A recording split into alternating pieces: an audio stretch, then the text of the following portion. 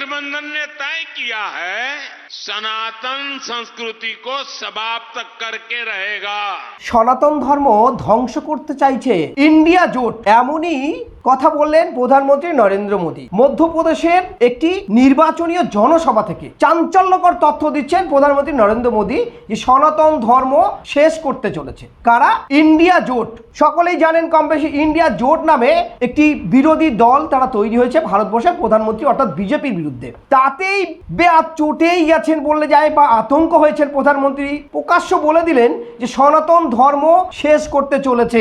আপনারা সতর্ক হন সনাতন ধর্মের মানুষ, ভাবতে হবে ভারতবর্ষের মানুষের। इन लोगों ने मिलकर एक इंडी गठबंधन बनाया है। कुछ लोग इसे गठबंडिया गठबंधन भी कहते हैं। अब इंडी गठबंधन ने तय किया है कि वो भारत की सनातन संस्कृति को समाप्त करके रहेगा। এই ভারতবর্ষে অখণ্ড ভারতে 850 বছর রাজত্ব করেছে মুসলিম শাসন, তার মধ্যে মুঘল শাসনও অনেকটা সময় নিয়েছে। তখন কিন্তু এই সনাতন ধর্মের কোনো আঘাত আসেনি, সনাতন ধর্ম কোনোভাবে শেষ হয়নি, জীবিত ছিল, কোনো আঘাত দেখা যায়নি, কিরম অভিযোগ এখনো পর্যন্ত নেই।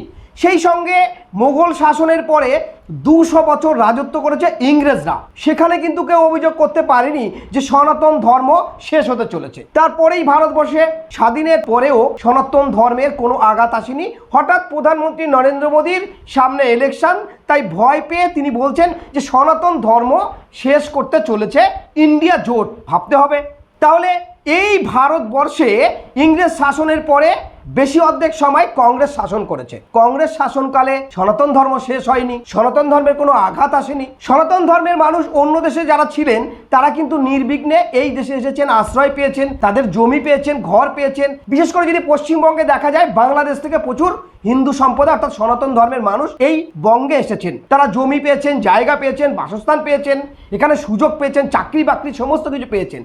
তখনও কিন্তু সনাতন ধর্ম শেষ হয়নি কংগ্রেসই আমলে। হঠাৎ নরেন্দ্র মোদীর গলায় আমি একটা কথা শোনা গেল প্রকাশ্য একটি জনসভা থেকে, চাঞ্চল্যকর তথ্য তিনি দিয়েছেন। ভাবতে হবে ভারতবর্ষের মানুষের কারা সনাতন ধর্ম শেষ করছে সেটাইও বোঝার বিষয় আছে। সেই সঙ্গে যে চিত্র উঠে আসছে এই ভারতবর্ষের মাটিতে যে আজকে যদি সনাতন ধর্ম শেষ হয় তাহলে এই ভারতবর্ষে যখন 9 বছর শাসন করছেন প্রধানমন্ত্রী নরেন্দ্র মোদী শাসনকালে সনাতন ধর্ম অর্থাৎ হিন্দু ধর্ম সত্যি খাতরে মে হ্যায়, সেরামি চিত্র তারা বারবার বলছে যে হিন্দু ধর্ম খাতরে মে হ্যায়। তার জন্য আমরা দেখেছি একাধিক জায়গায় মুসলিমদের উপরে আঘাত, অত্যাচার, বুলডোজার এবং নিরীহ দলিত, আদিবাসী, এসটি সম্প্রদায়ের উপরে বারবার অত্যাচার নেমে এসেছে। নরেন্দ্র মোদী ক্ষমতায় আসার আগে প্ল্যান নিয়েছিলেন মন্দির ওহি বানায়েঙ্গে, যেখানে ছিল বাবরি মসজিদ সেখানে রাম মন্দির হচ্ছে, মানুষ মোহে পড়েছিল। তারপরে প্রধানমন্ত্রী নরেন্দ্র মোদী ক্ষমতায় আসার আগেই তিনি বলেছিলেন সবার অ্যাকাউন্টে 15 লাখ টাকা করে ঢুকে যাবে এবং কালো টাকা এসে আরও ভারতবর্ষের মানুষ উন্নতি হবে, সবাই সুস্থভাবে জীবনযাপন করবে, অর্থনৈতিক দিকে কোনো সমস্যা হবে না। তারপরেই প্রধানমন্ত্রী বলেছিলেন 2 কোটি করে বছরে চাকরি দেব।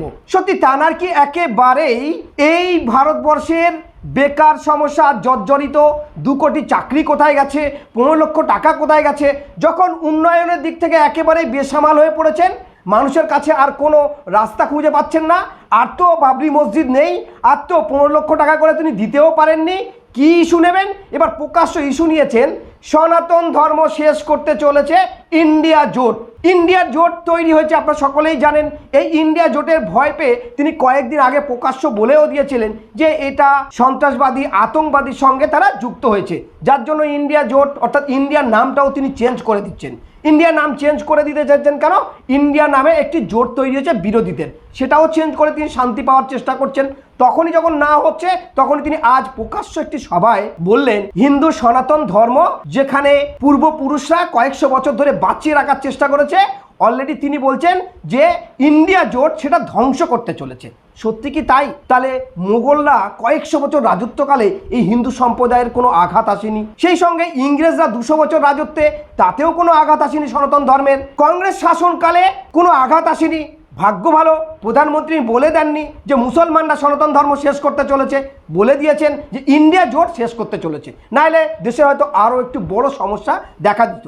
কারণ দেশের যে অস্থিরতার পরিবেশ, উলঙ্গ অস্ত্র নিয়ে রাস্তায় ঘুরে বেড়াচ্ছে এবং ধর্মীয় সভার নাম করে, ধর্ম মিছিলের নাম করে দাঙ্গা হচ্ছে, বুলডোজার চলছে এবং দলিত আদিবাসী সমাজ একেবারে জর্জরিত। প্রধানমন্ত্রী নরেন্দ্র মোদী এদিন মধ্যপ্রদেশের একটি নির্বাচনী সভায় গিয়ে বলেছেন, স্বামী বিবেকানন্দ, লোকমান্য তিলক এদের অনুপ্রেরণায় হিন্দু ধর্ম, সেই হিন্দু ধর্মকে শেষ করতে চলেছে ইন্ডিয়া জোট। একেবারে ইন্ডিয়া জোটকে ভয় পেয়ে এই কথা বললেন কি প্রধানমন্ত্রী নরেন্দ্র মোদী? কিন্তু স্বামী বিবেকানন্দ কি বলেছেন? স্বামী বিবেকানন্দ বলেছিলেন, ভারতের মুসলিম বিজয় হয়েছিল, নির্যাতিত গরিব মানুষের মুক্তির স্বাদ দিয়েছে, সেই জন্যই দেশের 5 ভাগের 1 ভাগ মানুষ মুসলমান হয়ে গেছিল সেই সময়। অনেকেই বলছেন অস্ত্রের জোরে এগুলো হয়েছে, কিন্তু এসব নিছক পাগলামি। অত্যাচারিত নিম্নবর্ণের মানুষ উচ্চ বর্ণের মানুষের অত্যাচার এবং পুরোহিতদের কবল থেকে রক্ষা পেতে সেই সময় এই ভারতবর্ষের মানুষ ইসলাম ধর্ম গ্রহণ করেছিলেন বলে জানাচ্ছেন স্বামী বিবেকানন্দ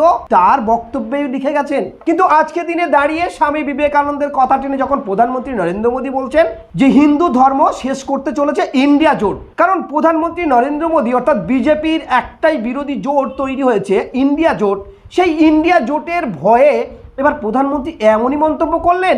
তাহলে প্রধানমন্ত্রীর সামনে আগামী দিনে আর কোনো প্রজেক্ট নেই?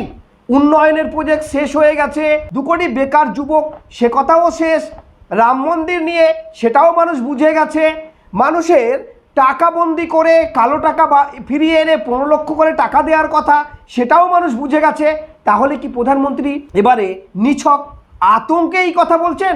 এবার ধর্ম টেনে কথা যে হিন্দু ধর্ম অর্থাৎ সনাতন হিন্দু ধর্ম শেষ করতে চলেছে কংগ্রেস অর্থাৎ ইন্ডিয়া জোট, এভাবেই মন্তব্য করলেন প্রধানমন্ত্রী নরেন্দ্র মোদী।